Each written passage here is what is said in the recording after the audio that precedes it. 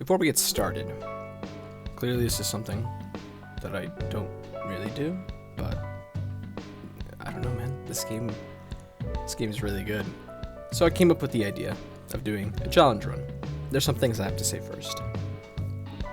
The first couple, maybe hours of this game I played, I do use skills.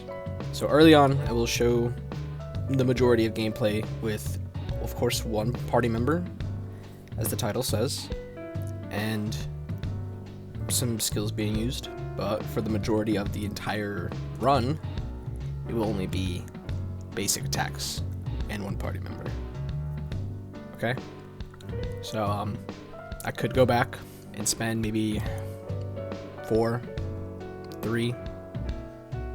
plus 2 hours doing these fights, bosses, with only basic attacks and one party member, but who cares, right? It's not important. It's doable. It's possible. It's annoying. Some of these enemies, ooh, crazy. But just a little disclaimer, so you're not getting baited. But yeah, so Expedition 33, crazy game. It came out really recent, and it's taking the gaming industry by storm, setting a new standard of how games should be made, and also just the history behind this game is pretty crazy. Small development team, pretty much. Creators from different places that you probably would never try to find. You know, talent, Reddit, SoundCloud. It's crazy. So there's a lot of lore about the game of Expedition 33. I think it's really cool how there's just a small team and they just came together with this concept and they wanted to make it, and they put their passion out there, and it's just made this beautiful game. So since I'm doing a challenge run, I don't do my normal blabble about a game. I'm still gonna talk about all that stuff though, because this is really good. I haven't beaten the game yet as of recording this, but this game is just I'm just infatuated with this game. It's so great. I love all the characters. All the side characters are goofy too, but as we go through this run, I'll blab about why this game's so great, why you should probably get it. Of course, we're just, doing a little run too, a little challenge run to see if this game is possible to beat with just one character and just basic attacks. I'm not gonna lie though. Someone already beat me to the gun. I was gonna just do one character without basic attacks, but I was in vacation. I was gone, and well, someone beat me to the punch. It's okay. I see their video, amazing. You should go check it out. It's amazing. I enjoy that one. But to be a little bit different, I decided to do a run without using any skills at all. For the most part, this will probably just only entail Act 1, with the amounts of footage I have and the amount of things I want to say. I'm probably gonna just break Act 1 and then combine 2 and 3. That's probably how I'm gonna structure this. But yeah, we're pretty much just starting out in good old Lumiere. Wow, look at those graphics. It's running at 30 frames per second. What is delicious. But yeah, so we have our two protagonists here. So far we got the homie Gustav and the goat Mael.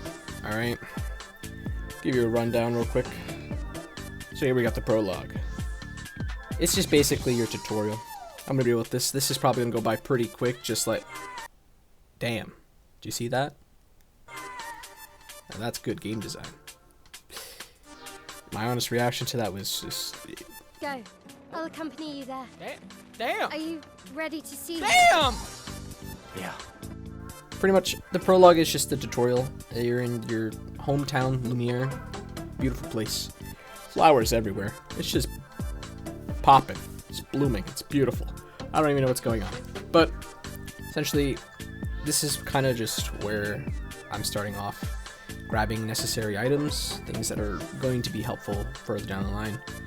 This place is filled with so much secrets. I'm pretty sure I have not grabbed everything here.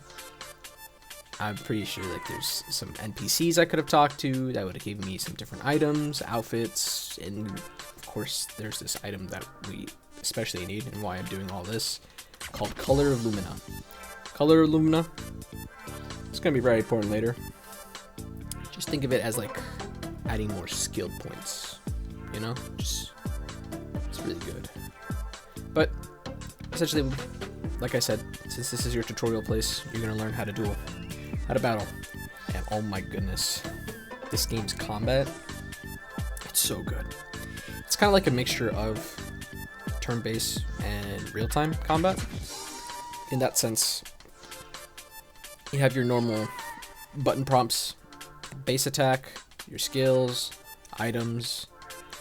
You have the aim here as well to take a shot, which costs an AP UI here too.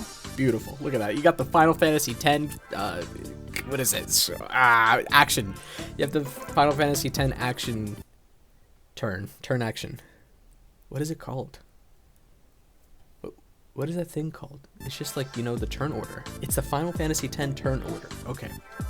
I'm going crazy. But yeah, it's cool. Look at that. But look, a little health bar, a little AP, you know, use skills and whatnot. Basic attack, aim and shoot. Crazy. But yeah. Here, like you can see, you got the parry and the dodge. So I'm messing up terribly because I'm bad at this game, 100%. Like, I'll get better, of course, but like, I'm pretty bad at this game. I'm not gonna lie. I don't know. I like to parry everything. Trust me, like that's, I don't know. It's just wired in me to parry everything and not dodge. Should probably dodge more often, but I'm not gonna do that. I'm not gonna do that when I can get more damage done.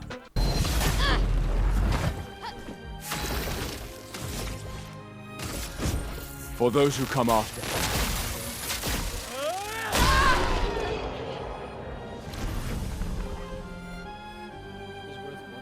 This is essentially just your tutorial battle against Mael.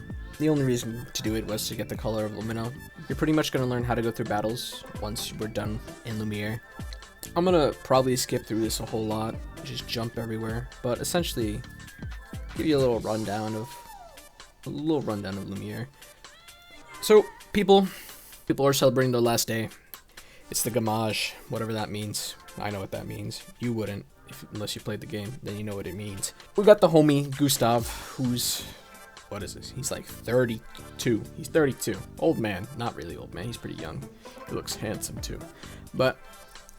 As you can see, his lady friend here. What's her name again? I forgot. Sophie. Yeah, that's her name. Look at that, Sophie. Yeah. So Sophie here, she's gonna be gamaged.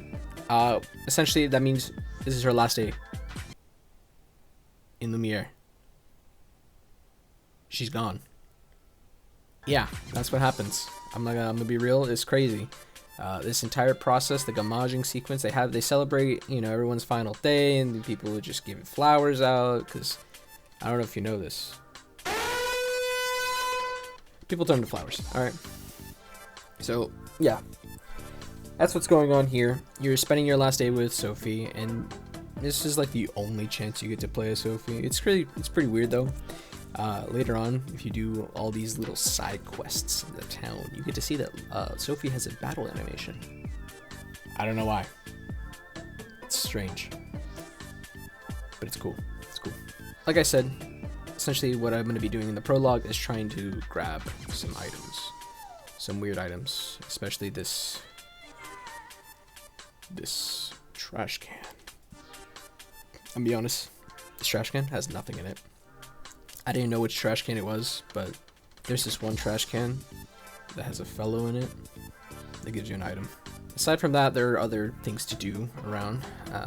Yeah, talk to this couple here that are doing activities. Not everyone attends the living wake or goes to the harbor for the gommage. But yeah, you can essentially just run around town, fight a weird mime, talk to a painter, fight Sophie, accidentally kill Sophie. I'm joking. And, you know, we're just gonna pass through this. Who cares, right? It's the prologue. We're just skipping through this, alright? We're done. We'll just go. We'll just go. Alright. So here we are. Gommaged. Before we go to Act 1 officially, you know, you get a sense of, like, what the gommage is. The rundown is that the paintress here, the lady that's all the way near that big funny number, the 34, she kind of just zip-zaps everyone, gets them out of here. They disappear. Everyone becomes plants, petals. Become, you know, the move Petal Blizzard from Pokemon.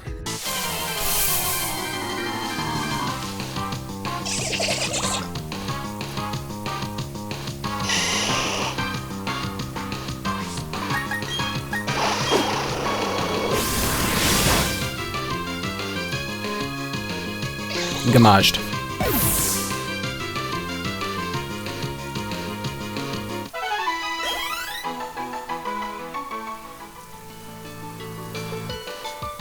Essentially, that's literally it. She just says, 33, there you go. And now you're gone. So anyone who's the age of 33, disappear. That's it. Can't tell you why it happens, because that would be spoiling. And I'm not doing that yet. Not yet. So anyways, Sophie dies. Everyone around her dies. Who cares? Now Gustav's off to the expedition. What's the expedition? This game's called Expedition 33, right? Alright, what's the expedition? It's just a group of people that go out to the big land, the continent, and try to stop the paintress. That's it. So, yeah. I'm gonna pick up some items here, just, you know, for the future. Talk to some fellas. Important fellas. Yeah. It's fine. Just take down my Elegant. You know? The 1 XP cost. Oof. The mighty have fallen. I'm pretty sure this chick, what's her name? Sophie was like 5 experience points or something. She was worth more than my own. That's crazy. Well, that's not important. So we'll talk to the sister here. This is Gustav's sister. Awesome. Crazy character. Forgot her name already. What's her name again? Who cares? Okay, wow, Act 1, where are we? Gustav's waking up. What happened? Alright, essentially what happened? The expedition failed, 100%. Well, who cares? That's crazy, I know. But, all that matters is Gustav alive. Look at this guy, he's so handsome. Yeah, okay. So yeah, bingo bongo. Who cares? Let me tell you what happened. Strange white man, strange hair man. Oh my god, what's his name? The man with the white hair. The man with the white hair essentially just destroyed the entire expedition. Gustav's here by himself. You know, normal stuff. Normal Final Fantasy plot stuff. Like, what? No, who cares? Anyways, we got another fight here. Pretty simple. Nothing too big. We're gonna get to the most important parts. So early on, you know, since this is supposed to be a solo run, there's nothing too crazy going on. The only issue would be the introduction of our new character, Lune.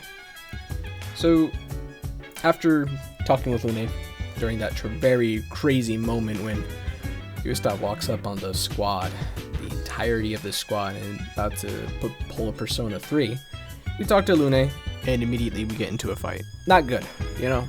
2 party members. But it's fine. We just don't use Lune. That's it. We'll just skip Lune's turn, and it'll be perfect. This fight wasn't hard at all. It was pretty easy, especially using skills early on. Actually, I think I'll take that back. It came pretty close. I almost died. Sustain them.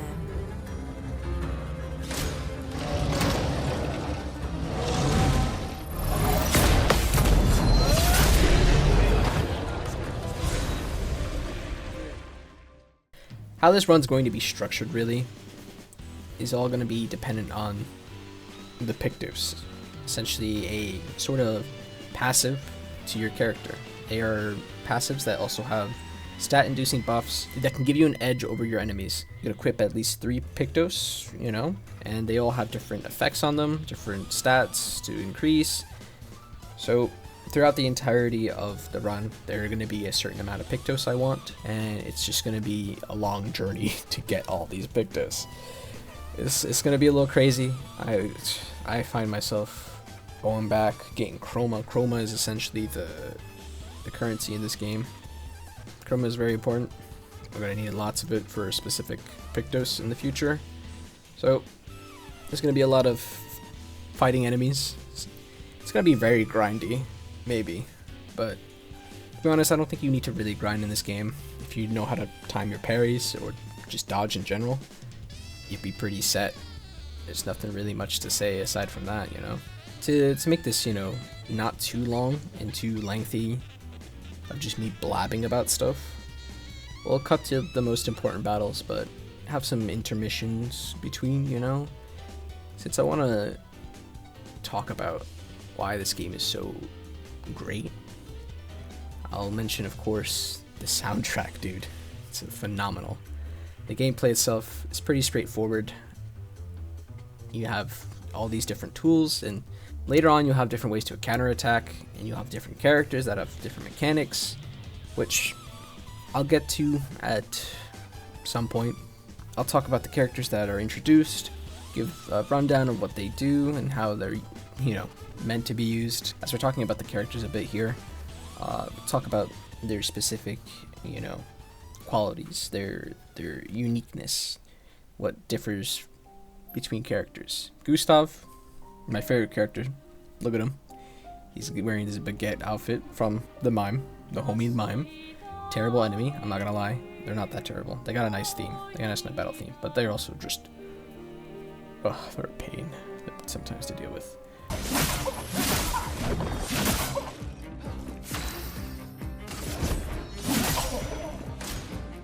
But Gustav's arm is pretty much his gimmick. He has a chargeable arm, depending on what attacks you do that are not shots. You cannot gain charge from shots. It has to be from skills or basic attack. Once you fill up the arm meter to whatever amount you want, because you can either use it as weak as it is or as strong it can be. You can essentially just do a burst damage depending on how many charges you have, and it'll deal a massive amount of damage. Clearly, before deciding to do basic attacks, I've been using the arm. The arm is pretty good. Gustav's Gustav's skills are pretty good, pretty well rounded for early game. Later down, he does get better skills that play off other characters. Lune is essentially the mage of the group. She has magic-based attacks. She'll hit with the fire affinity, ice affinity, and down the line you get the earth and electricity. There are more affinities out there, but when the time comes, we'll talk about them. Lune is pretty much just deal elemental damage and build up her stains. When you build up stains with Lune, she can use these stains to essentially heighten her skills. Some skills will require a fire stain, ice stain, earth stain, whatever the stain is needed to pretty much give yourself extra AP, extra turn, or just deal more damage in general. There are these other two stains. One of them is called the rainbow stain, I believe. I don't know. I don't remember, but it's fine. Essentially, that stain acts like all the others. You can just have one fire stain and one rainbow stain, and they can either essentially act as two fires, one fire, one ice, and you know, so on. That's just pretty much a rundown of the two characters we have so far. I would say this game heavily relies on pretty much team building and going off of each other's skills. So doing a challenge like this ruins the fluidity of combat, not being able to have another party member, or even later down the line being able to use a skill to essentially safely get through hordes of enemies or just any boss battle in general. Definitely later on, things will get a lot harder. It goes to show that skills kind of carry this game. Basic attacks, depending on what enemy you fight, depending on what boss you fight, you would be doing no damage at all. So down the line, things will get harder.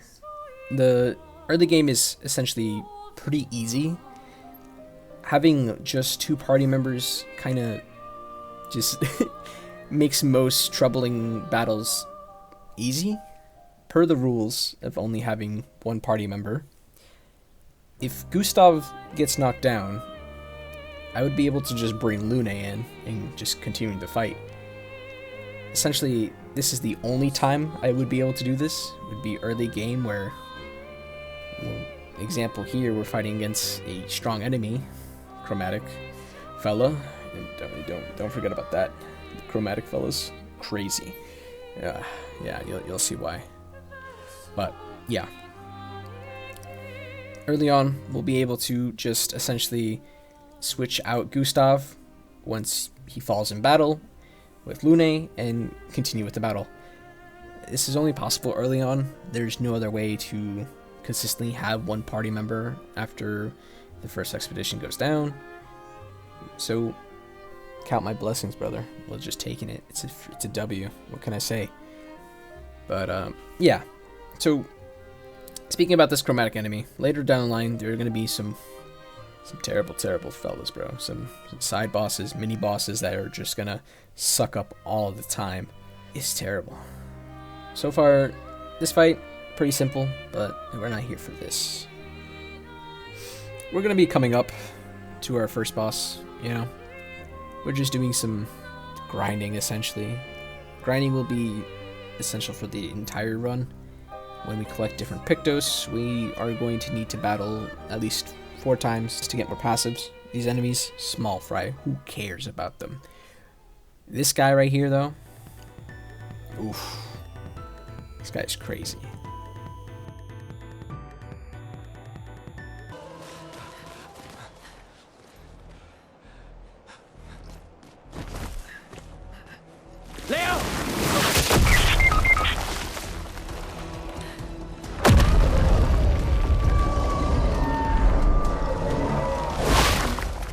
Fuck. It's big. Fall back! Putain de merde.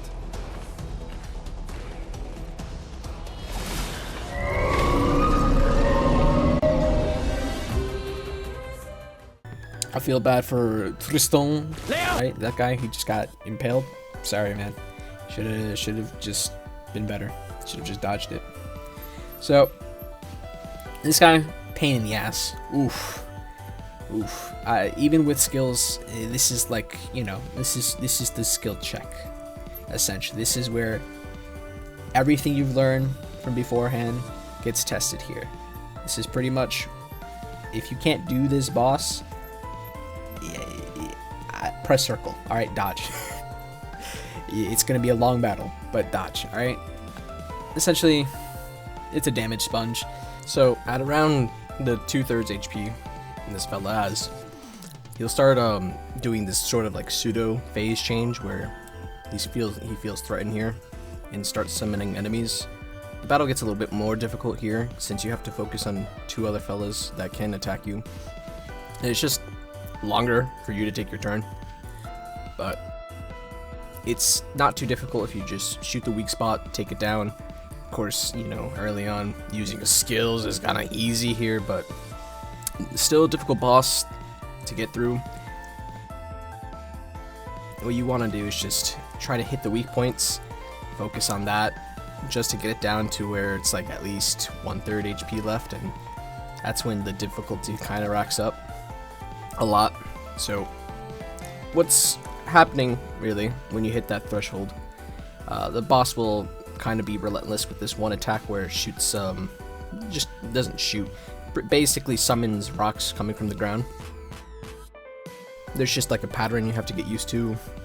The timing's pretty tight sometimes, and I don't know, man, you can just lose focus and get hit. My first run didn't really go too well. Far enough when he started to summon his shields. The shield pretty much just takes a free hit. He doesn't lose any HP from it. So going through this is just a chore. But I really enjoy this boss. Being your kind of like skill check is pretty cool. He kind of just introduces you to the shield mechanic, which is relatively interesting. I'm pretty sure some enemies might have had shield beforehand. Don't remember. Who really cares? This guy right here, he's dope. Look at him. He's holding his jacket open like he's gonna do a JoJo stand or something. He's posing, but it's fine. First attempt did not go well.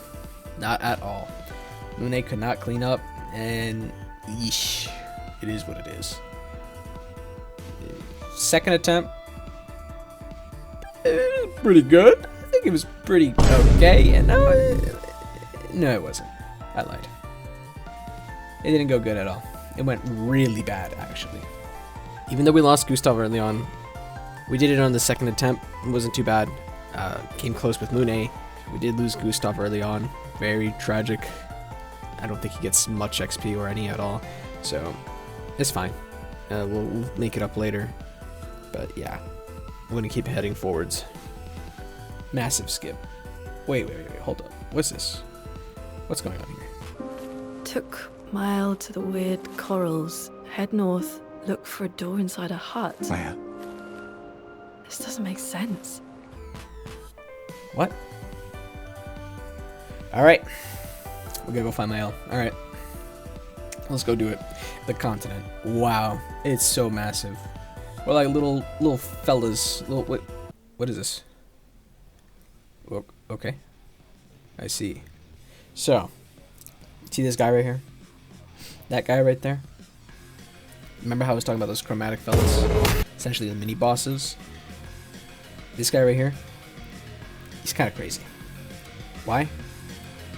I mean, look at that. That's crazy. Look how much damage he did. So, for the time being, most chromatic enemies will be left for later. This guy's not too bad, but clearly I'm level like what, 4, 5? Nah, it's not gonna happen right now. Not gonna happen. But yeah, the continent, massive. It's pretty huge. It's kind of walking through it's very slow, of course, since there's no way to further increase our speed. But for the most part, you have your normal enemies out here who sometimes do increase the level of your weapons and do drop, you know, helpful items. Color of Lumina to be exact. Essentially, the continent is kind of like a hub area where you'll be able to go to different locations with flags to rest. We got something better than just that, technically. We have a certified hub area. Okay, certified hub area, brother. We got the camp. The camp will always come back here.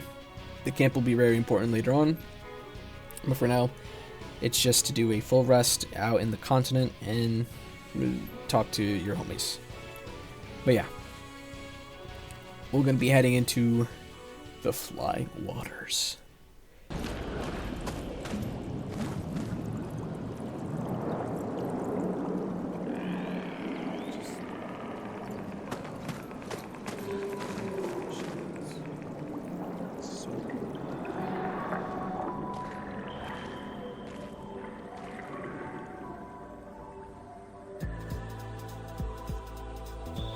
So, I'm going to keep saying it, and I'll keep talking about it. This game is really beautiful. It is just immaculate. Listen, I never thought you'd be able to produce something like this. There's no way in hell you could have told me, like, we got the technology to do something like this. They're walking under the water. Right? That's just crazy. Who expected that? Not me. Definitely not me. But yeah, the Flying Waters. It's pretty good. It's pretty good. I like this area. It's very beautiful. The battle theme here, because every location has a different battle theme, it's pretty okay. It's a little goopy.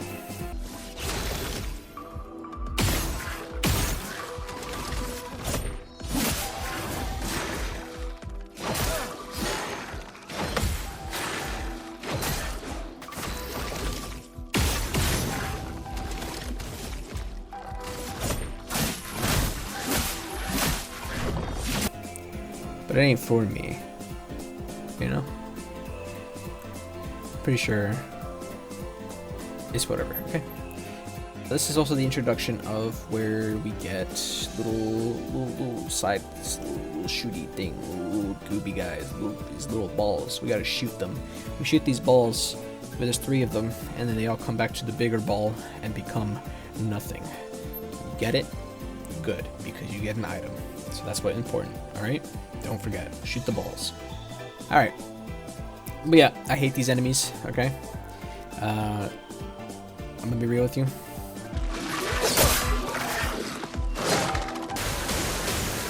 I'm ready.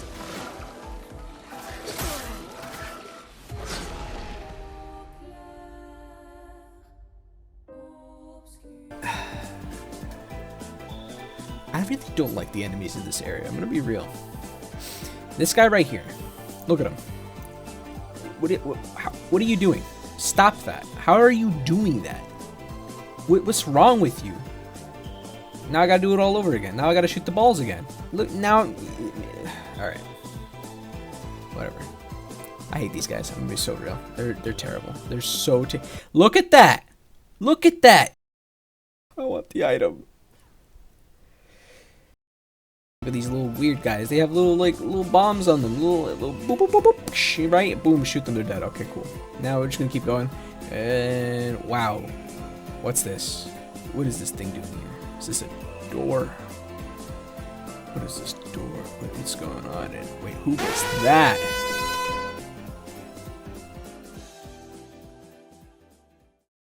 The manor. There's not much to say about the manor. It's kind of like a reoccurring place. You'll probably see down the line that we head back to the manor from different doors. But for the most part, the manor just kind of acts like a little... I don't want to say hub area, but you find certain secrets here. Example would be the revival tent. It's pretty useless, I'm not gonna lie to you. We're not gonna be reviving anyone at all. So, honestly, upgrades like this just kind of are useless. I didn't know it was a revival tent. I'm gonna be real. I know about this little secret painting behind the door, but a door behind painting, whatever, right? But this is where we get a third party member. The homie Mael, the goat. Woo! Yeah! Woo! Wow! Alright, who cares? Because the real person we care about is him.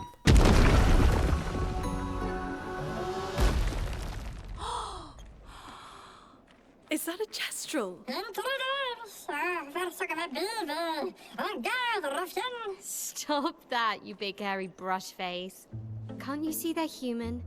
Noko's a bit dramatic, but if you're nice, Noko will trade you lots of useful items for chroma.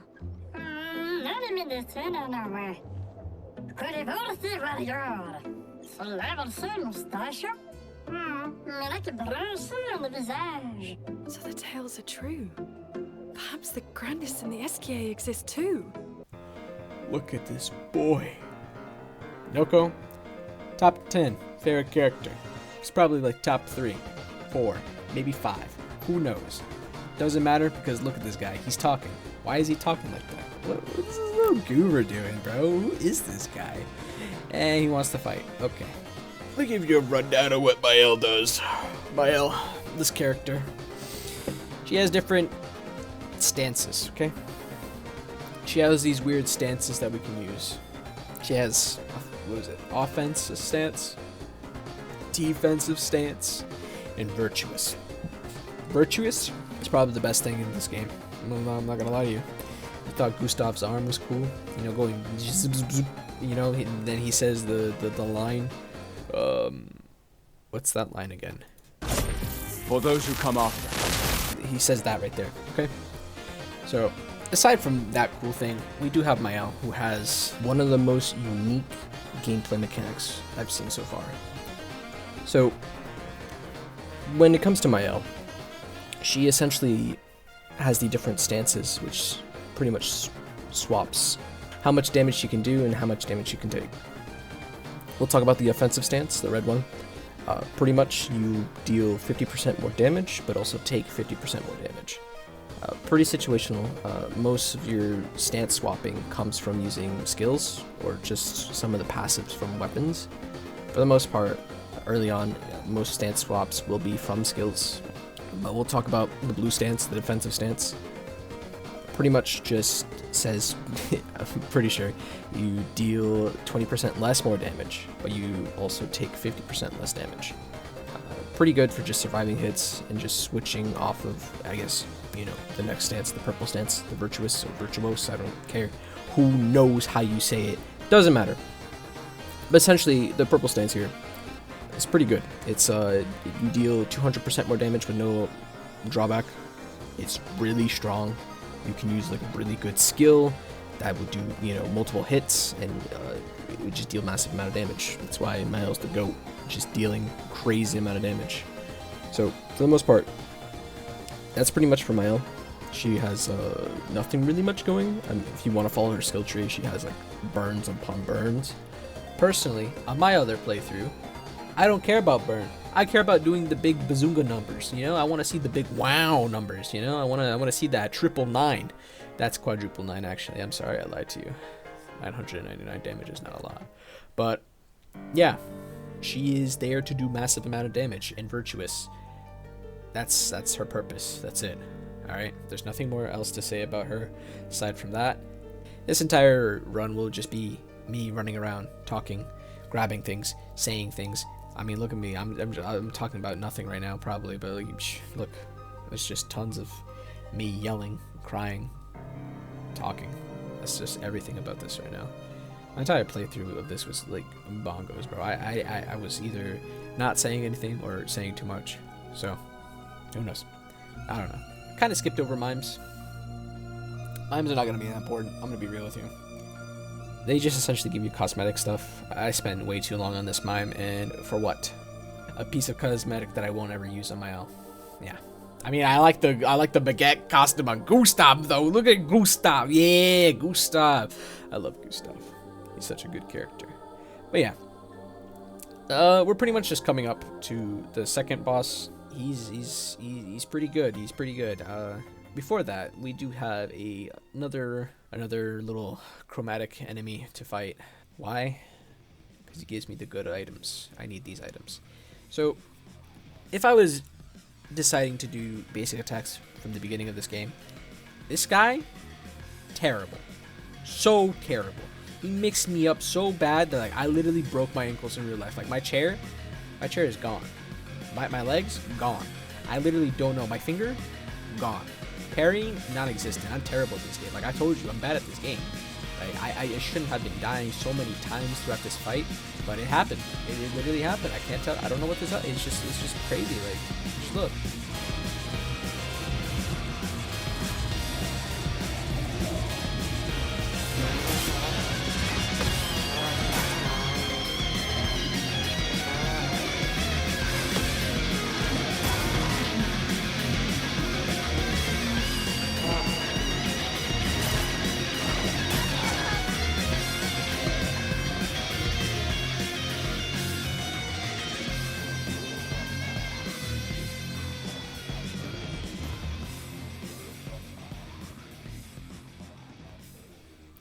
It's possible. It's 100% possible without doing any skills.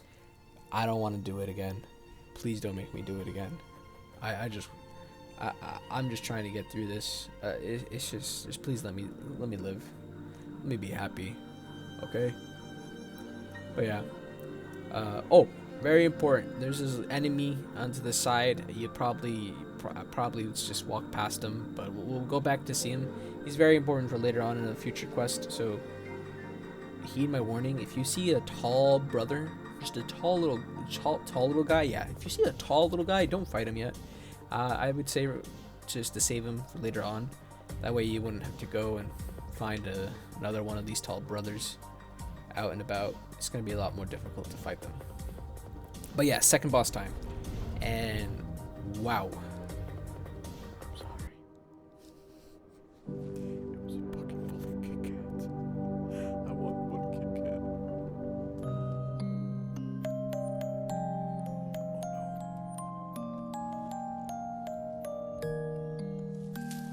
Wow.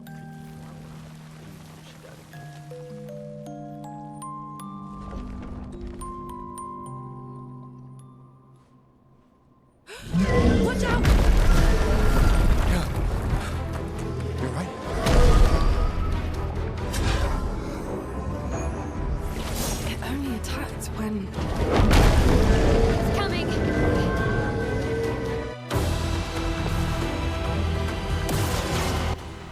Yeah, he's big and whoa. Did you hear that? Do you hear that? Hold up. Let me shut up.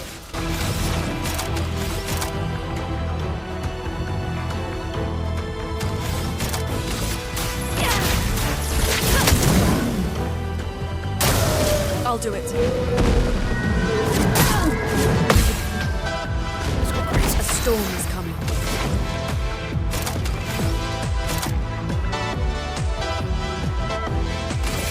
Thunder. I'm ready.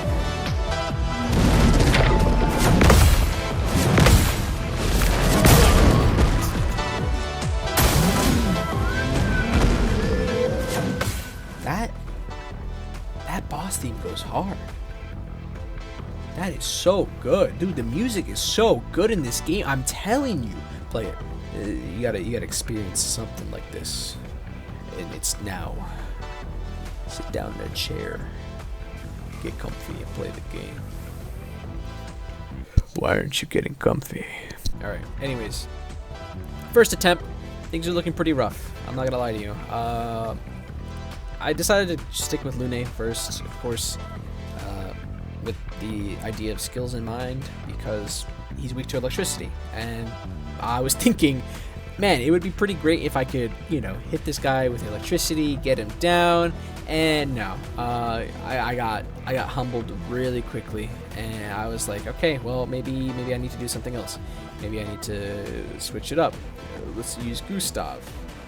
And I was like, yeah, Gustav was doing pretty good, actually. Gustav was doing pretty good. I was doing pretty great here, and then it just started to fall. It literally started to fall. I was so close. He just started to get more shield, and I was panicking, and then I fumbled. I really fumbled there. I 100% could have parried all of that. I could have done better.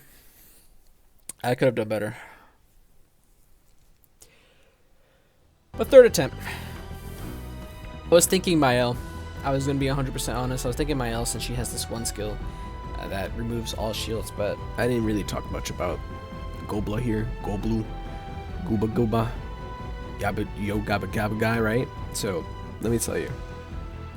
He has this one skill, as you probably saw with like the Gustav or whatever, in that portion of Lune. He summons these flowers. And this is his little like gimmick, where he gets these flowers and you have to shoot them to like pretty much close the flower. Like you butt it up pretty much. So whenever he has his turn, he will take the red and blue orb inside the flower and gain shield. That's literally like the main concern of this boss fight, really, was just to work around that. That's pretty much it when it comes to this small gimmick. Flowers coming up and gaining shields from it. So Mael having this one move to remove shields, pretty much thought that would work out. With Lune back here, she had no break skills at the moment. I had no way to break his guard, right? Yeah. So the bar up there where the health is essentially, your stamina bar in like other games. Once you fill it up to a certain point, you're allowed to break their stances and be able to do more damage. This also skips their turn, which is really good. Gustav is the only one who could do this right now. No one else at the time had a skill that could break.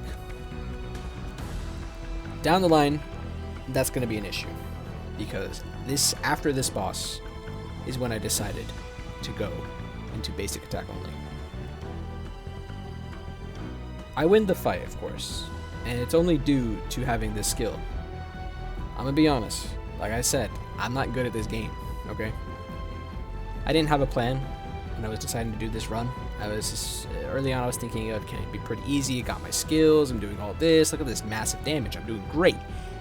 But after I decided, you know what? I think I'm not gonna use skills anymore. I think I'm gonna make it a little bit more harder and just go for normal attacks. Things are gonna get a lot worse. Things are 100% gonna get a lot worse if I can't break certain enemies. I think there is a Pictos out there that allows you to break with basic attacks. Now, that being said, ideally, that would make the game a lot easier, right? I don't know where it is. I don't remember where it is. I'm too deep into where I am. I'm just not sure where I can go to get it. And I'm not going to look it up. I think being as blind as possible, even though I technically am almost done with the game as of now, I'm going to just leave it to chance if I find it. If I can't find it, and if it's that necessary, I'll go pick it up. Alright? It's fine. But that's just for later on. Act 2 and 3, I'll go get it, okay? I'll go, that future me will go get it.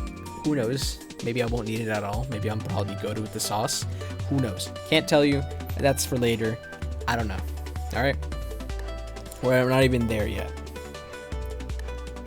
Are we there yet? I don't know. But yeah. Second boss. Third attempt. Pretty easy. Again, because I had skills. And this is where the real challenge goes. Alright? I rambled for too long about stuff. But this is where things now get serious. This is where we're now starting. Can you beat Expedition 33 with one party member and no skills? Alright.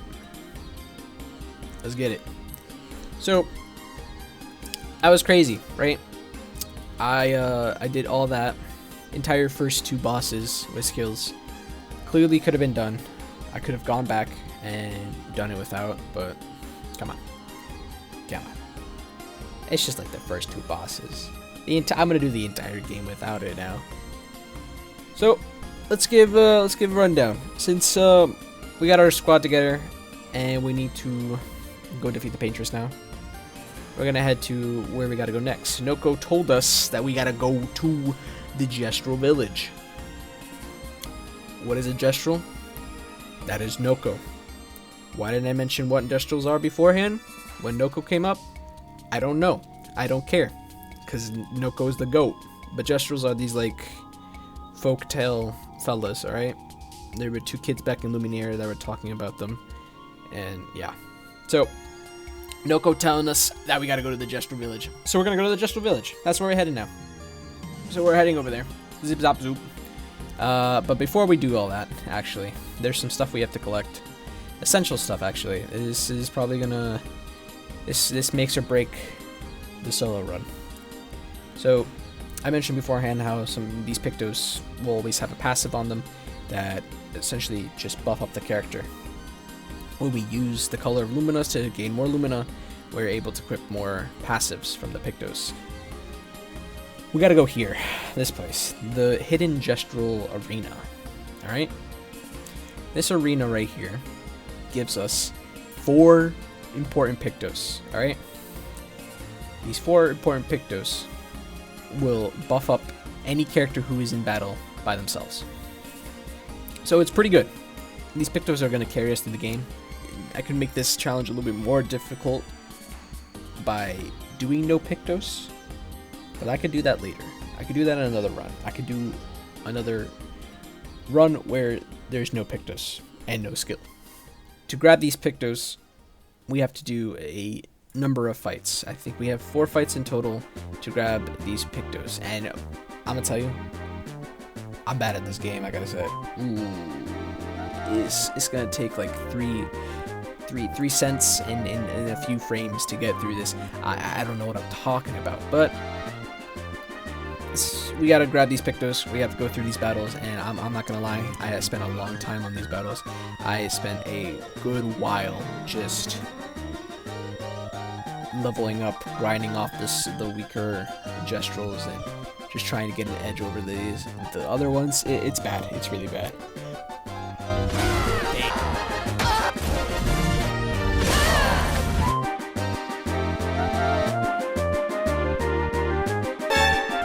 What?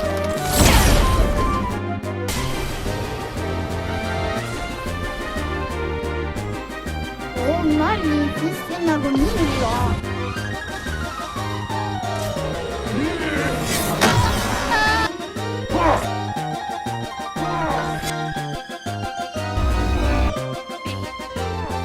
Oh! Okay, you know what? Training art. It's essential to grab these 4 Pictos.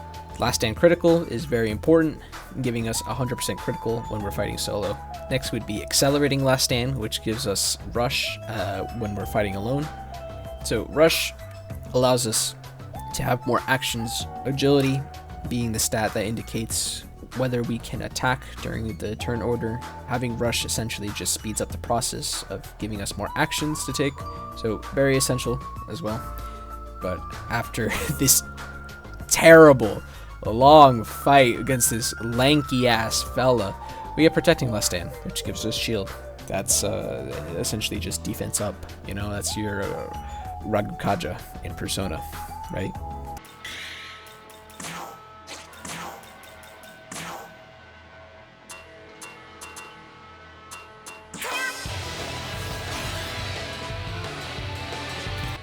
Ragukaja, Sukukaja, Ragukaja, Terakaja. Beautiful, right? You guys know that, right? 100%. But no, it's bad. The last guy, I went out of my way to grind the Pictos to have them as a passive. Come back, get 1 shot immediately. No, I get like 2 shot. But I get destroyed by this guy so bad. It's embarrassing. I went back to fight the other guys. I lost a few times there to level up, and oh, it was terrible. Failure after failure, and I'm like, all right, Gustav, you're coming in. You're doing this.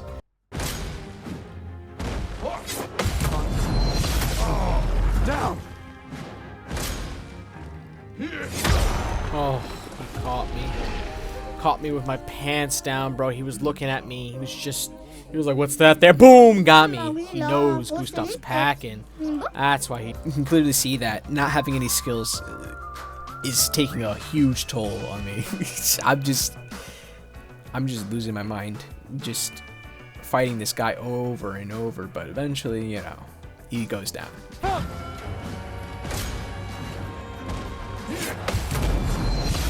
Oh my goodness, I did it. Oh, that was awful. Give me that, I'm out of here. And we get Solo Fighter, which deals 50% more damage if fighting alone. That's dope. That's what we want.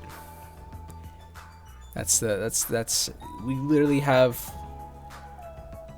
everything we need, aside from probably 1 more Pictos in this area, which we will go pick up, I'm pretty sure, at the Gestral Village. So we'll make our way there. We'll make our way there to talk to the homie Goldra. She? Baddie. What? You didn't hear me say that. Who is Goldra? We'll find out. Because right now we got some stuff to do around town. We can head to the Ancient Sanctuary. This beautiful, colorful red. Oh my god, it's so great. What is that little thing? Let me go kill it. Okay. Okay, yep, no one's gonna see that. These little guys, what are they called? Pinkos, Pachinko, Petank. You look at that. Alright, so yeah, these guys, they're like your little, like, crystal lizards in Dark Souls. You know, they give you, upgrading material to help you out. And some colors of Lumina. Very important. I probably won't be able to kill all of them because they're just annoying little cheeses. Oh, I hate them so much sometimes. But it's fine. It's fine. It's fine. Who cares? But yeah, we gotta get through this. We gotta get through this place. And what? Oh.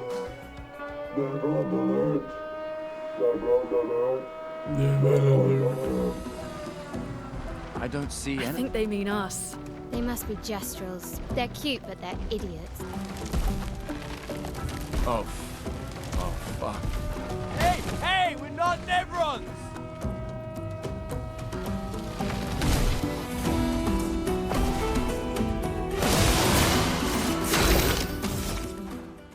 Look at these little goobers calling us Nevrons.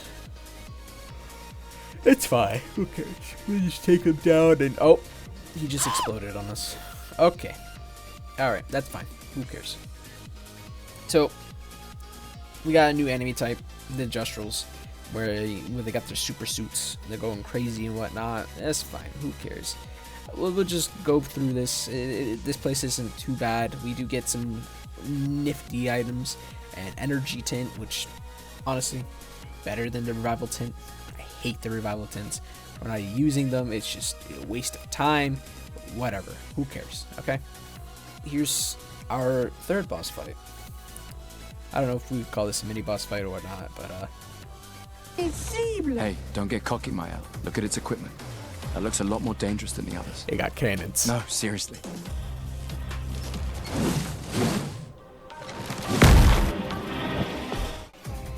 This one wasn't as bad as I remembered it.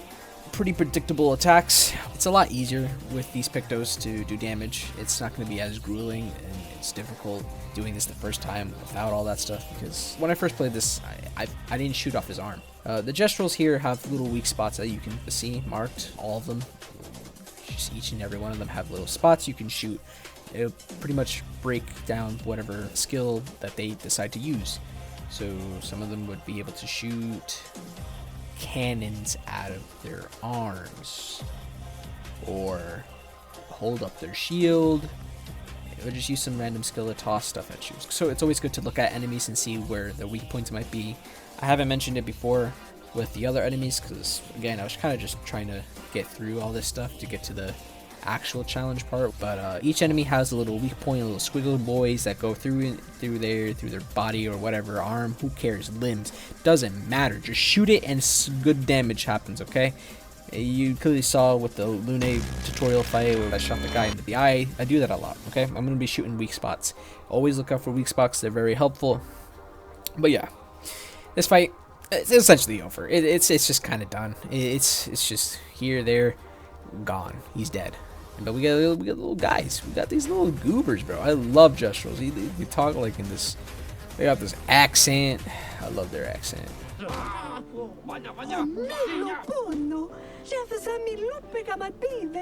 Chef. Yes. Chef.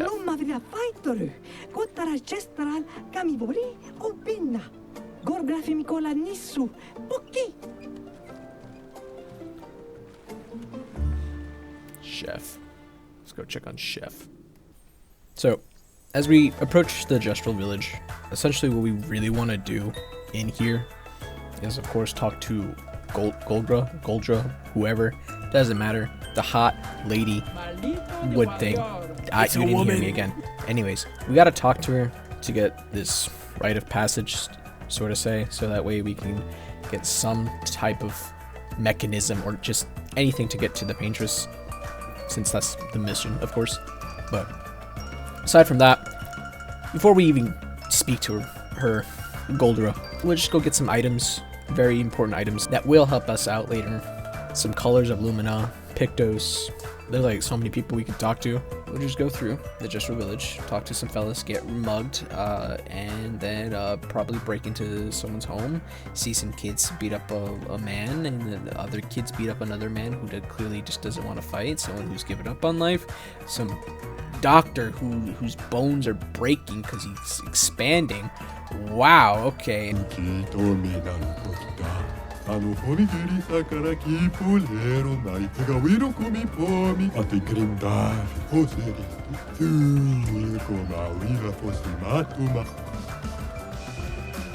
Damn. And then some angry people, and then some guy who says he's the #1 best. And then we put him in his place. Peter Pan style. Okay? So yeah. They got a casino. What the hell? They got a casino here? That's crazy.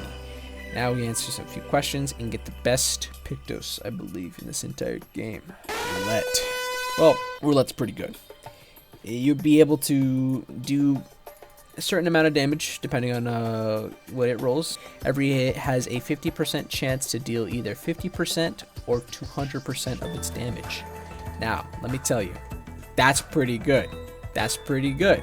I'm a gambling guy, so that's going on immediately. And that's going to probably be used for the entire run. Having the ability to do 200% more damage, especially on basic attacks, very helpful. Not going to lie. Gonna pop by this theater. What's at this theater? Just some fellas to talk to. You know, they're normal. We're just getting comfy with the locals here. We have children learning, and who's this guy?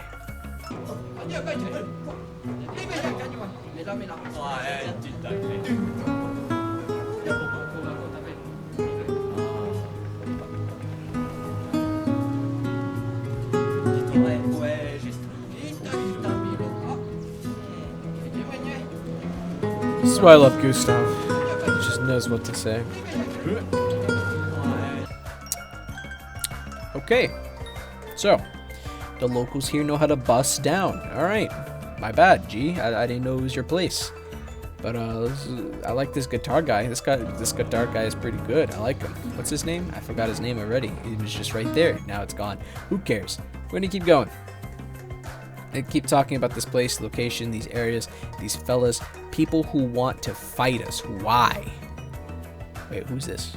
Oh, it's just a lost expeditioner. Okay, whatever that means. Look, it's that funny door, the door to the manor. So, little mechanic here is that each time you find this door, it leads you back to the manor, but you have to do these little puzzles, grab the item, and essentially just unlock the door back out to I guess the center of the manor, back to the main manor. I don't know what you would say, but yeah. We got this guy here with the cake. It's a little statue of a cake. Not statue, it's a little tower, Eiffel Tower. But yeah, the manor stuff, you'll find them all throughout the world, throughout the continent, throughout each area, location. They give you little cool stuff and whatnot. Sometimes they'll give you records, I think upgrades to your tents, and essentially just some wardrobe items, just cosmetics here and there. Pretty good. But we'll just get through all this stuff now. And wait, whoa! It's that guy with the funny meme, the dog guy. But that's fine. Now we'll just go talk to Goldra and just get this done. Pretty much just asking whether or not we can get a boat. Turns out we need an SK. Whatever an SK is, we'll go find out. Who knows? I don't care. We gotta go earn that shit. So to the games we go. Olympus Coliseum style, we're going to the games, and I'm gonna be honest, ideally you would want to do the games with only Mael. Well, at least the last battle with Mael. That way you get the super cool sword, the virtuous sword I was talking about before. I don't know what it's called. It's a sword, but it's called the Mandela effect. Mandela. Alright, you get the Nelson Mandela sword, which essentially, like I said, starts you in virtuous. But before getting the sword and all that stuff, we meet the cool, the charismatic, the GOAT of the game, the one who does all the damage. Oh my god. It's Ciel. Wait, that's... Ciel? What? How? You guys? You're alive! I thought I was the only one left. I knew you were resourceful. How did you get here?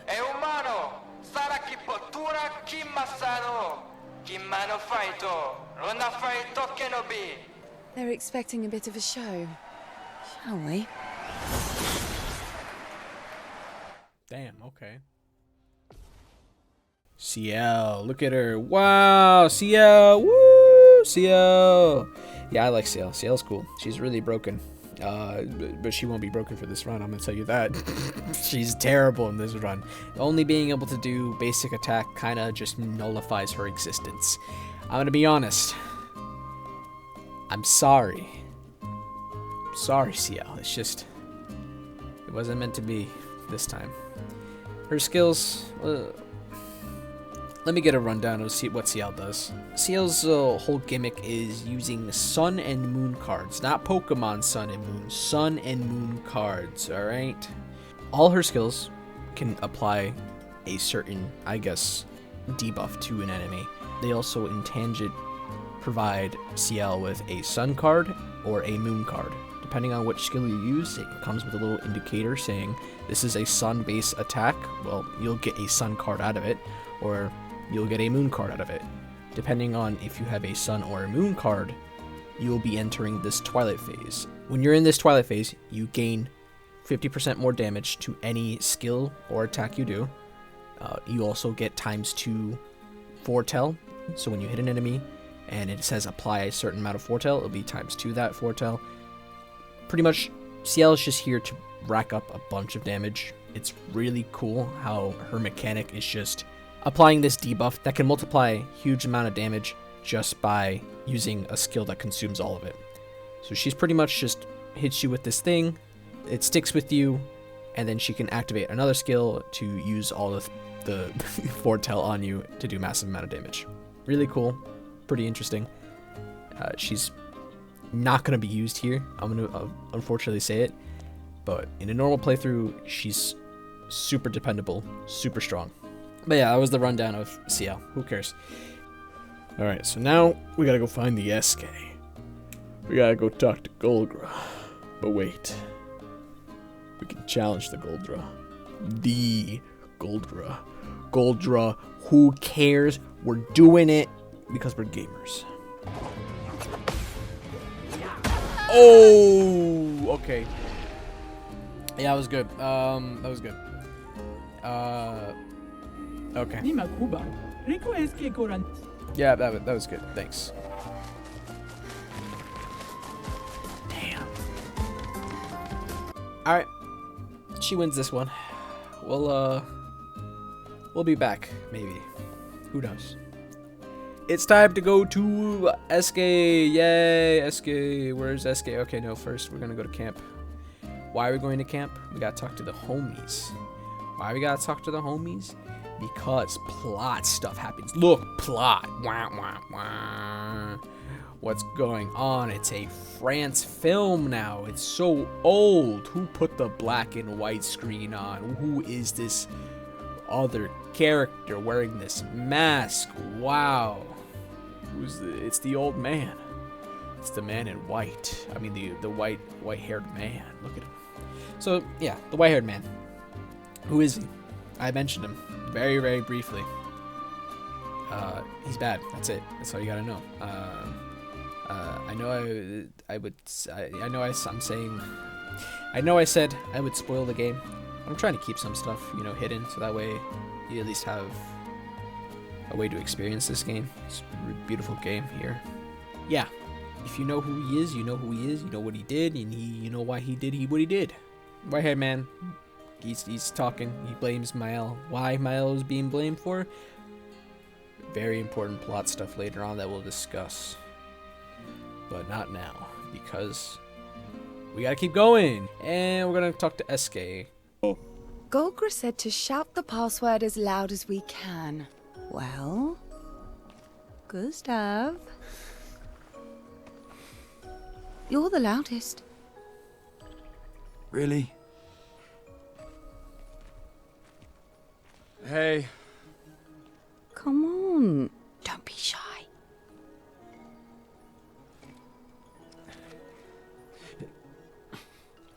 Get out of my way! Jeez, tu pochino ma parino. No. It's the password. Rico femicola, gor granda bare bombe no passwordito. Gomiku rapito sava. Wow.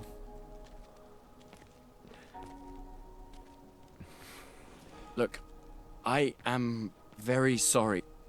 It's just that Golgra told us that's the password, and Come on, it's a gestural. He'll have forgotten in about a minute. Damn! I'm sorry. He has feelings, though. Come on. Yeah, that was pretty messed up, huh? Well, it is what it is. What's important, though, is that... You see that? You see that right there? It's another mime. It's another baguette. Yeah, let's take on this mime and get the baguette. Oh, this is long. This is taking a while. Oh my god. When will this end? Oh, this is taking too long, man. See, this is what I mean. When you have no skills and you can't break, what do? You just sit here for so long and do nothing, and then you just die, and you gotta... Oh my god, I hate this.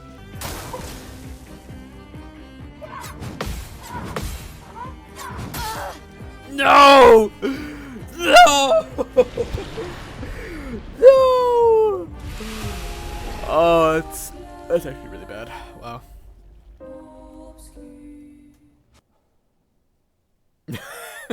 No. I don't want to do that all over. Oh. Whatever. We'll send in Gustav. Gustav knows what he's doing. Hopefully this doesn't take too long. Easy. And now we got the baguette. Woo! Baguette! Yeah! I hate this guy. Okay. He's back again. Can't stand his face. Can't stand... Okay, he ran away. Alright, we'll try again. Alright, let's do it again. There we go. 2 turns. Easy. I got him. I don't got him. I'm messing up. Oh, okay. Try again. And nope. Alright, that's fine. We'll just continue forwards then. Who cares? We gotta go meet Eske. Woo! Eske, look at him. Wow, he's big. He's massive. And he's got a nice voice too. Mes amis. Hey, bonjour mon ami. Ciel? What? I don't know. He seems nice. Oh, it's you. Hello again, my terrible swimmer friend. You finally come to learn to swim? No. I'm not that fond of water. Actually, that's sort of why we're here. We need to cross the sea. Golgra said you could help. Mon ami, a rolling stone gathers no moss. Pardon me? He's just like Gustav. Handsome boy. Anyways, we gotta go find a rock, he said. So we're gonna go find the rock Lorita, Lori. Flory, not Lori. What am I talking? Flory. So we gotta go find Flory. And we gotta go talk to this other guy, Francois. Francois has Flory, so we gotta go grab that back, and it's just a turtle.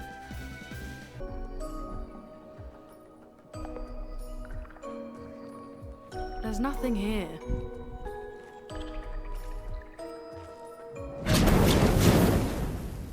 Who dares enter my lair? You can't just walk into someone's home without knocking. That is incredibly rude. Is that... Are you Francois? He's just a talking rock. Wait, I thought Flory was the rock. A rock? I am not a rock. Do you have rocks for eyes? You certainly have rocks for brains. I am clearly a turtle.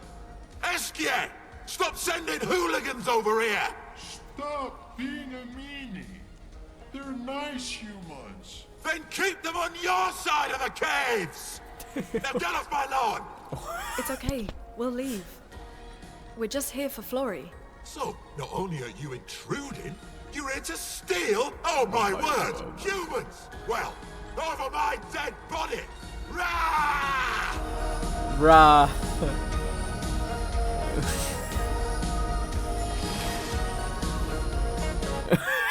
What the fuck? Okay. Francois, essentially, he's the menace of the society. He's the GOAT. I should not have messed with Francois. I'm not gonna lie to you. I couldn't parry that for a bit, but I got it. It's fine. He was pretty easy after parrying the first attack, but yeah, wasn't so bad. I literally thought in my mind after dying like I don't know 3 times that I couldn't beat him. Like this is it. This is where everything falls down. I'm happy that was the case. I'm happy I got through this. But yeah, we bring the rock back to Eske, and now we finally have a writable. We got the homie Eske as a writable. That's crazy. Pokemon Legends got nothing on Eske, bro. Look at him. He's goated. But before that, there was this little goober that I failed to mention. He wants to grow big like his brothers. So we gotta get him some skin. that fella I told you to neglect back then. Hopefully you did. We're gonna go fight him, and it's a lot easier, in my opinion, doing it solo since he has an attack where it swallows up a party member. Kind of annoying, but it's pretty manageable. The only way to like get the party member out is to break the Borjgan, all right, the Borjin, all right. You break him, he spits out the enemy, but Gustav here got him, easy style, right? Cool. And we get the good Pictos, augmented counter 1. Very good. We need that for later. But yeah, we feed him the skin, we dip out, we come back, and he's giant. Cool. We finished the quest. Alright, let's get out of here. Ooh, and there's another chromatic fella here. Yeah. Alright, he got us good. It's fine. We'll just do it again. Change up some stuff and go through it. Easy. Cool. Nightmare. Wow. What's all this plot stuff going on? Who cares? Before we head to where we have to go, I wanted to stop by and collect some other Pictos and hit up a different area. Just level up essentially and guarantee that things will go right. Things will go okay. So we're gonna stop by this place. We're gonna stop by the Yellow Harvest and just do some bosses here and there. We'll just figure out how it goes. The Yellow Harvest, it's kind of yellow, man. I don't know what to tell you. It's a location. It's a yellow location, and it's beautiful. It's like the Atlas Plateau in Elden Ring. Nothing like that. I'm gonna be honest with you. But we got a shopkeeper here selling some stuff. He sells teamwork and auto death. That's not good. That's not good at all. But it's fine. We're here to pick up some colors of Lumina. Why we need colors of Lumina? I told you why. Every time we see a shopkeeper, we're going straight for the Lumina. We're gonna kind of breeze through it, talk about it real quick, because it's not too major to the story. Actually, I don't even think it's major to the story at all.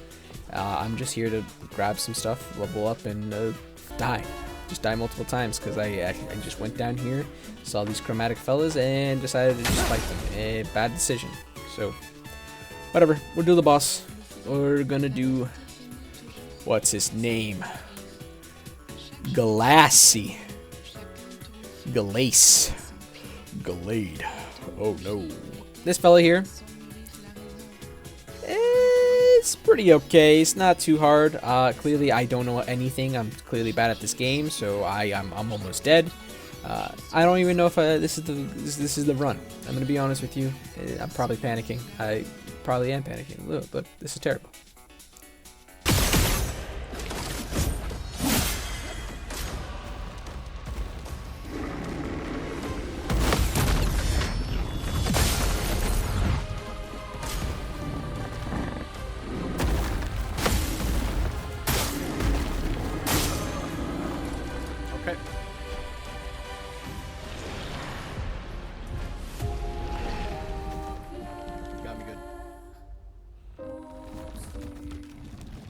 Clearly the first attempt didn't go so well, but it seems like we're gonna need to grab a few levels here and there, grind a bit, come back, and hopefully things will be different.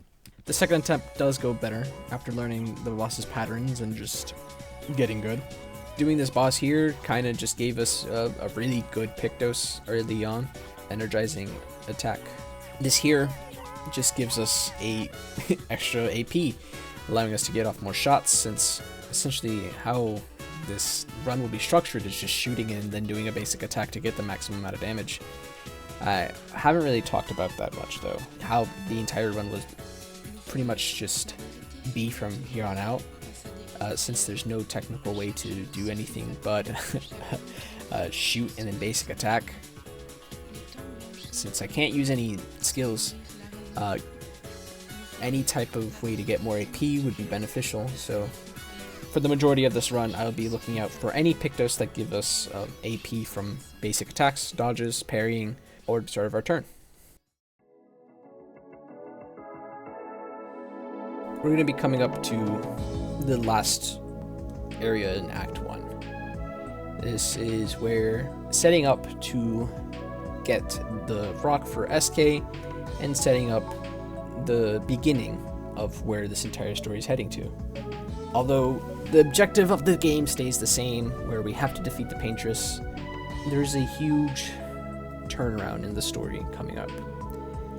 I'd rather not talk about it too much, since the storytelling in this game is really good. And for those who already know what happens during the end of Act 1, who understand that what's going to lead up to this finale is very impactful. I have a lot of words to say about it. There's so much emotion I have towards the end of Act 1, but it's fine. We'll get to it when we get to it, you know? So, here we are, the Stonewater Cliffs. Honestly, the aesthetic for this place is really beautiful. We have, clearly, going off the cliff, we see, you know, civilization that was left from the past. Clearly, places tied to Lumiere that give you this massive picture that this world was always connected to the island and where things have gone. So, there are a lot of conversations between the characters here, talking about the Ferris wheel and how the other expeditioners use this Ferris wheel to try to cross the seas. Very interesting. It really just hammers in that this world is so expansive and vast that they can essentially just bring these characters from, you know, through the recordings and just through the dialogue between any of the characters to just paint this picture that years have passed and there's just a hidden history within this world. This area is very clearly wet from the rising tides of the water slamming against the rocks, right? Wow, water, rocks, cool. All right, I didn't get to speak much about the world design, especially like in the earlier parts, that being the Spring Meadows. Of course, I talked a little bit about the Red Forest, all that stuff, the Yellow Forest, I even forgot the names of those places, but it's fine. I really want to talk about the world design in this game. It's, even after Act 1, it just gets so much more beautiful. I mentioned before, like, you can see these parts that are left over that clearly have like a history behind them. And I think no matter where you look, it's just there. The setting in the Spring Meadows, and even in any other location, you'll be able to see that there are lampposts, there are broken houses, buildings, just benches, whatever. You will notice that in the continent, there are remnants of Lumiere. This kind of foreshadows that at some point, Lumiere was part of the main continent, and due to something, it all kind of just fell apart. The world building here is immaculate. It just, everywhere you go throughout this entire world, you'll get to see different parts, connect some dots. You see how once this entire continent used to be one. It wasn't just broken up to a separate island where Lumiere is now, and this just huge world that they're cut off from. I think the world building here is amazing. You can clearly get a story from just observing your surroundings, and especially with the small talks that they all have between characters. They speak about the events happening around them, the location they are in, and even when you find certain journals left by old expeditioners, you'll also get a sense of what the world was before Expedition 33. Really good storytelling, world building, and it's beautiful. Having also one of the best soundtracks in gaming, it's just great. Everything about Expedition 33 so far has been pretty good. This game surprises me a lot, but yeah. Let's continue forward with what we got going on here. Now, putting aside world design, what is this? Sleepy Waters this place, capybara looking water place, whatever it's called.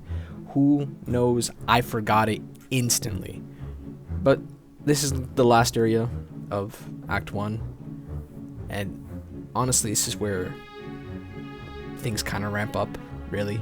Difficulty spikes up, new enemies with shield that are just now consistent, and trying out some new things.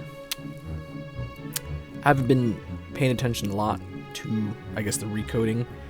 I don't know if I've really shown much of how my stat distribution really went out, but seeing how one of our Pictos being 100% critical when fighting solo. It'd be kind of silly to level up the luck stat, which, you know, affects critical hits. So there's going to be a ton of recoding, just putting stat points to where it matters most, depending on what boss, depending on what enemy, chromatic, whatever it be. Most likely, a lot of recode will be used. A lot of characters might not be used. I don't know what's to say, but I do know now that what we got so far is not that good. To be real. Only Gustav is, he's looking rather favorable. But yeah, we'll see further on some struggle, of course, with the amount of enemies appearing, and especially with the boss here. The boss, I'm not gonna lie to you, first time, it was a struggle. Even with 3 characters having skills, either I was significantly under level, or I was just bad at the game. And that's probably it, just bad at the game. So yeah, we'll just see how it goes without any skills. Of course, it should be a little bit easier since we have the Pictos that essentially just buff us up. For the most part in the Stonewater Cliffs, what we're gonna be really doing here before just approaching this boss, just to be cautious, I'm gonna spend most of the time grabbing very helpful items, leveling up Gustav, leveling up the Pictos, so that way later on it won't be much of an issue. I haven't really talked about these white Nevrons beforehand. I know that I've shown one of them really way back in like the, what is it, the water weird, the flying waters, right? Whatever that place is, the one with the funny looking goober, right? That one, that tall boy that goes big, right? And these white Nevrons, essentially, I don't think they deserve much showing, to be honest. But the only reason why to do the White Nevron quest is for a specific Pictos towards the end of the game, which could be really helpful. I'm pretty sure even the items they give you, that being color for Lumina, I don't know, don't hold it to me, it's been a while, I keep forgetting, my bad.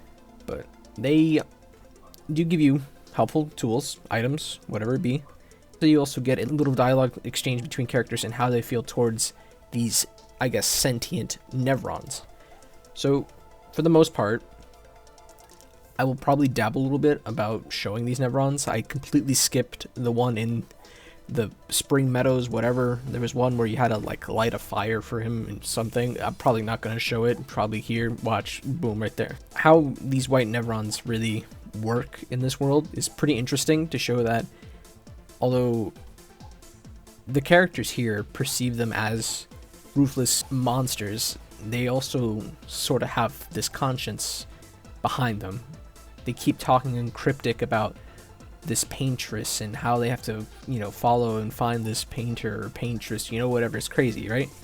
So it kind of emphasizes the story and how we might perceive these creatures, you know? It's cool. Aside from that, though, yeah, keep going.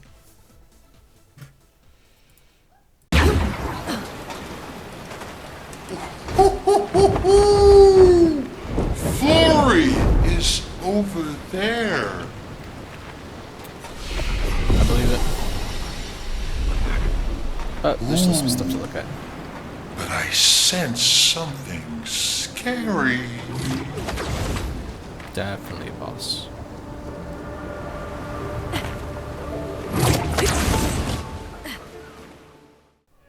This is our last stop, essentially, our last flag to pretty much level up, recoat if we need to. Before we actually do this boss, I know I've been running around grabbing things here and there, but this is the smallest section that's left right before the boss. So I'm gonna just talk real quick and formulate how I pretty much have everyone set up. I mentioned beforehand how no one else really will be used, but depending on how I want to spec them up, and also this is pretty huge, I haven't really mentioned that much about it, but certain weapons also have certain scalings with it. Some weapons will scale with luck, some weapons will scale with defense. When you level up your character stat, it is also dictated by what weapon you have equipped. Depending on what your weapon's highest scaling is how are you going to get the most damage done.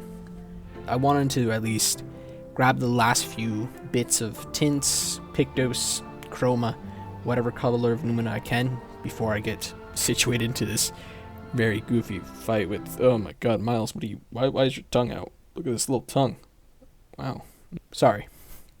But yeah, I'll pretty much just talk about how I have everyone structured, mostly for the time being, since I have the Pictos that gives me 100% critical when I'm fighting alone. That pretty much is spread out to everyone, so ideally I'm gonna have everyone with basically less than 10 luck. For the most part, depending on what weapon comes up later, I could change that. Recoats are really good for just like how you want to structure your character around the weapon too. I'm most likely going to stick with Gustav.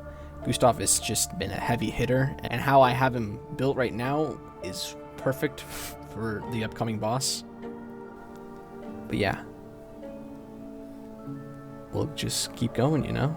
We'll just see how this goes. It's the hands. It's the guy.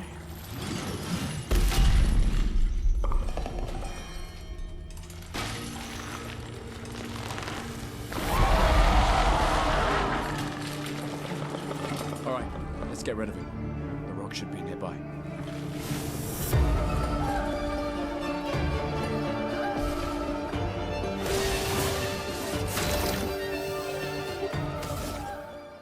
But let's talk about this boss.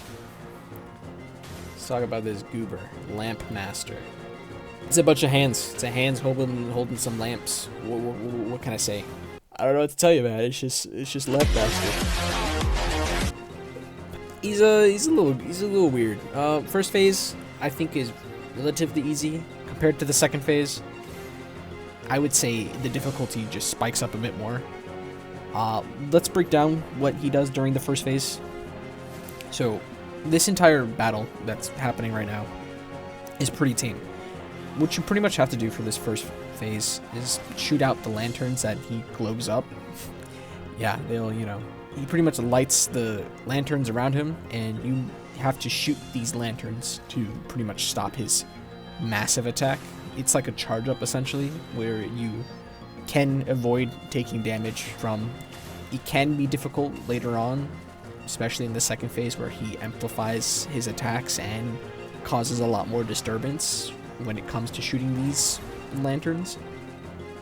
For the most part, Lampmaster's attacks kinda not too heavy hitting, at least. Sort of rhythm when it comes to parrying these enemies, even past bosses or past like minor enemies. You just get into this sort of rhythm. This game kind of has like a little audio cue as well, where like you'll hear a swoosh sound, and that's usually when I like to parry. When I hear the sound, I would press the button.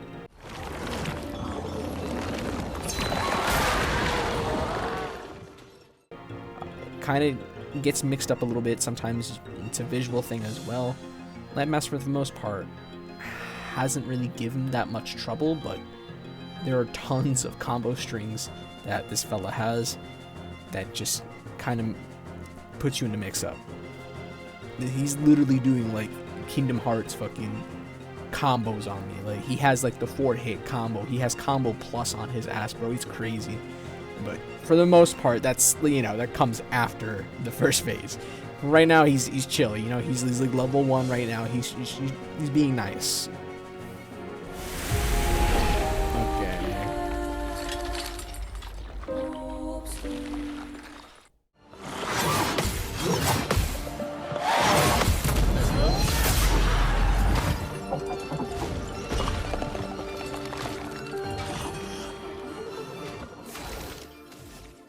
So, right now, this is pretty much my third attempt going at this boss. Still in the first phase, never touched the second phase, as much as I, talked about it being crazy and terrible.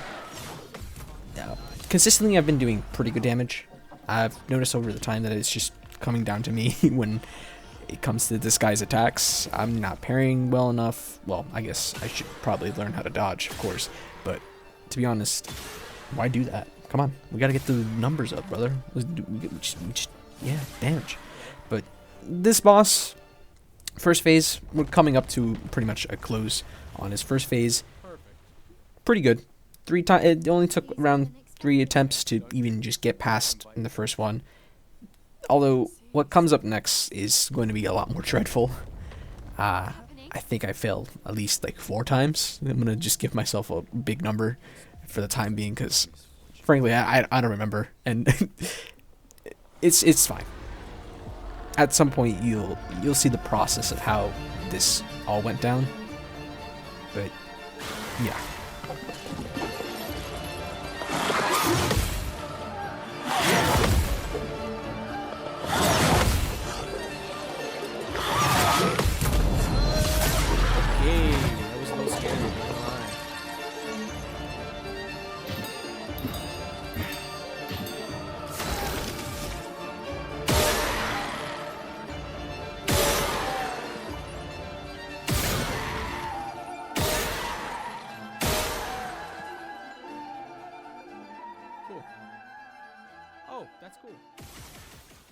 Let's talk about the second phase. Yeah, so fella really just came from the heavens. We literally, kick him out of the cave, Yakuza style, and we break through the door. Crazy, right? Comes back like he ascended Goku style. I don't even know, bro. I thought we gave him the Persona 3 ending. Like, for real, I was like, like, that's crazy. But no, he's back.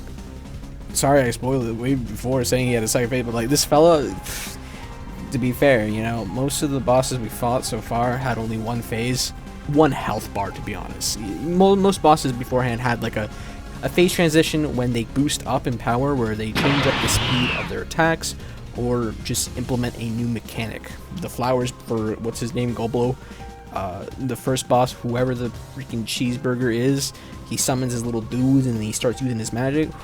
Terrible. Anyways, so this is kind of like the first time we had like a transition to a second phase boss, like traditional Dark Souls style, when we get the boss down to its health. This goober, let me tell you, he like boosts up in power. Like, I don't know what he does, but he does something crazy now. He's like floating, which he did that before, but like he's aura farming this time. So like, bro is like crazy with it. And he's hitting with everything. He has like the sword. He is like the freaking Masamune or something. I don't know. He has the Sephiroth sword. He got the. Like he got the lanterns. He got Blizzaga for. I don't even know if he does, but like look. He has this shining thing now. Like his second phase thing where he lights up the lanterns. It's not the lanterns around him. It's the lanterns he's holding. His sword is a lantern sword. Bro, who made this guy's design? That's crazy. But you have to shoot the lantern still, like I said, when it comes to his quote-unquote second phase. But yeah, if you don't do that, I'm pretty sure it happens at one point. You get demolished. What? That's it. Oh no. Oh no. Alright, this is bad.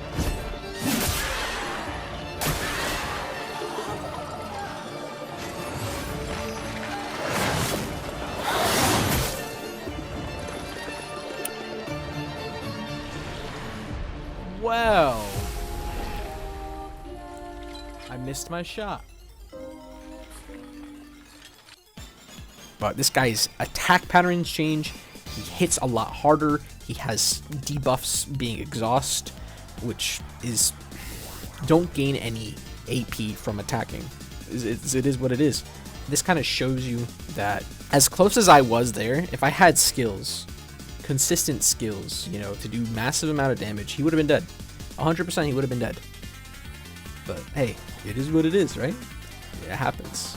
That pretty much wraps up the second phase entirely, really. There's not much more to say about this boss fight, aside from he got a new attack pattern, new move, he hits harder, has exhaust. I don't even know if he has another debuff, really, but he sees this guy's kind of goated for being a end of act boss. Miles, what are you eating? You can't eat that. That's not even food. You can't eat that. That's not food. What are you doing, man? Sorry. Cat thing.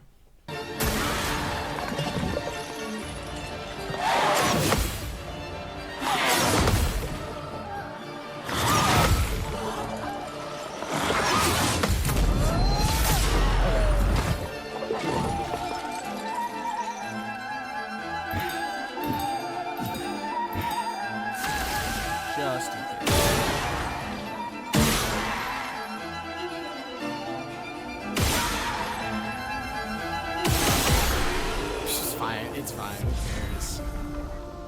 Oh. That was crazy. Hell yeah, Gustav moment. Okay. Is it really dead? Looks like it. Is this it?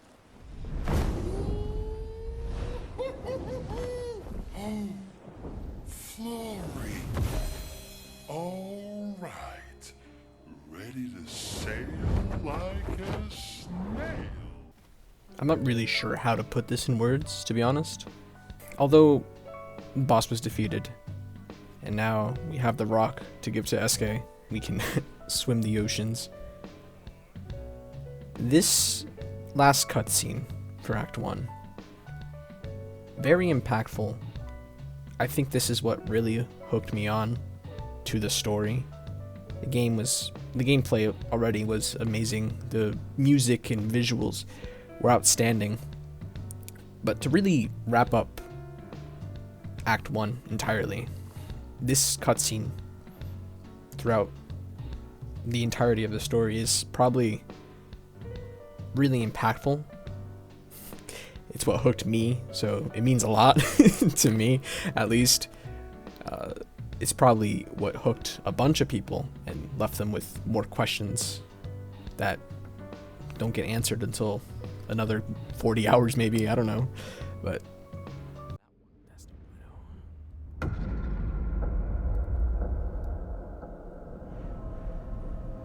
Does it really matter? literally right in front of you, brother. Well, you know, like I always say, it's not about the rock. It's more about... Oh, stop! No!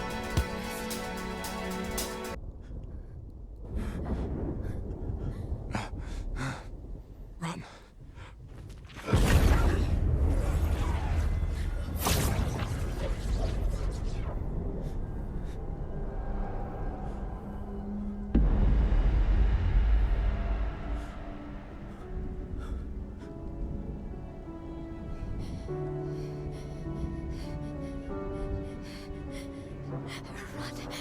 Please run.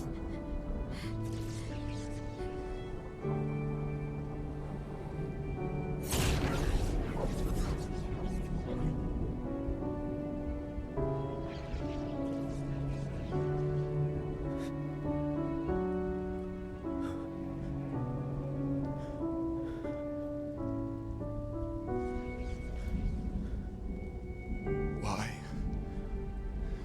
Why are you doing this?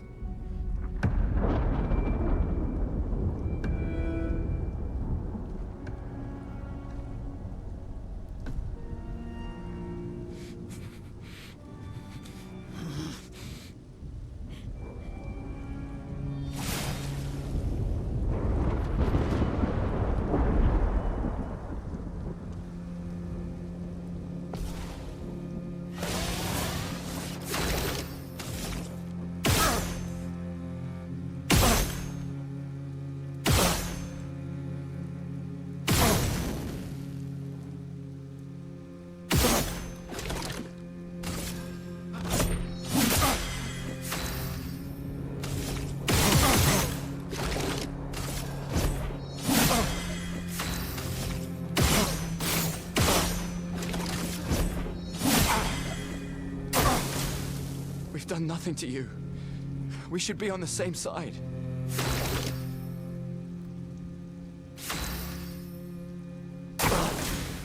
Let her go.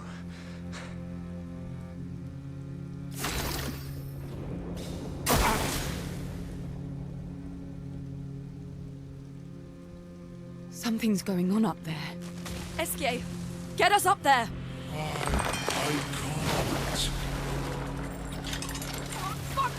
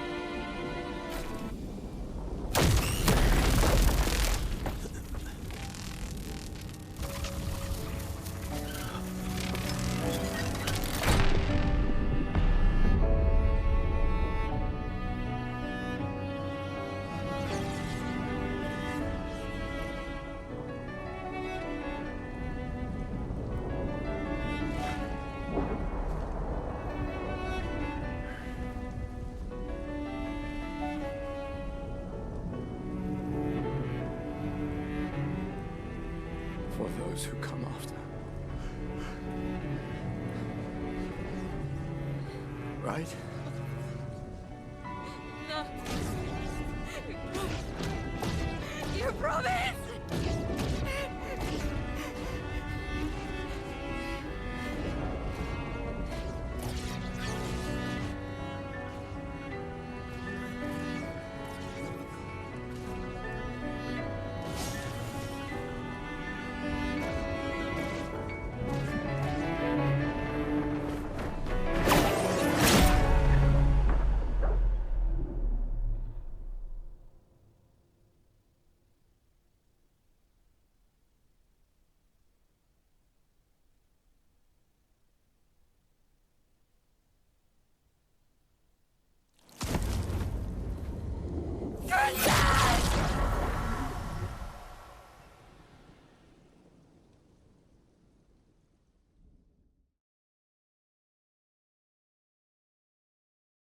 It is honestly really crazy how they just kill off Gustav. I'm gonna be so real. It is wild to me that they built up this guy, this handsome man with, you know, the protagonist treatment. And Act 1 pretty much just says it, you know. It's Gustav. He's gonna be the protagonist here. It's gonna follow his story. It's really upsetting to me that they kind of just ended him off here. Moving forward is going to be difficult without the homie Gustav. It really is. But essentially, the story here just keeps going forwards. It keeps happening no matter what. That thing he always says, for those who come after, he really meant it. He really, that kind of sticks, you know? No matter, even if you fall, you keep going. Putting out the pavement out there, you know, making the sidewalk walk. Whoa, what am I saying? Can't get philosophical right now. It's crazy. Whatever. Honestly, Gustav, really good character. I wonder how all this is gonna really wrap up with the introduction of this other character, Verso. What the heck is a Verso? Who knows? But this guy's pretty important, it seems. You know, he was kind of following me back then. Oof, whatever. But clearly this guy knows a lot more than he's leading on. Having him around, it's gonna significantly get the ball rolling. And for the rest of this challenge, it's probably gonna, I don't want to say it's gonna be easy. Preferably, I like Gustav more. Who knows how the rest of the challenge will go on with this new fella. That's not Gustav, but whatever. It's fine.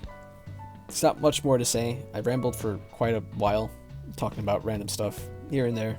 Who knows if this will go on. Maybe I just do Act 1 and give up. Maybe I just continue everything and just make one big video. I don't know, but this game is great. I would recommend this game to anyone. I rambled for too long. I really did. I don't know where you are, what you're doing right now, but make sure you drink some water. I'm just gonna go now. Okay, bye.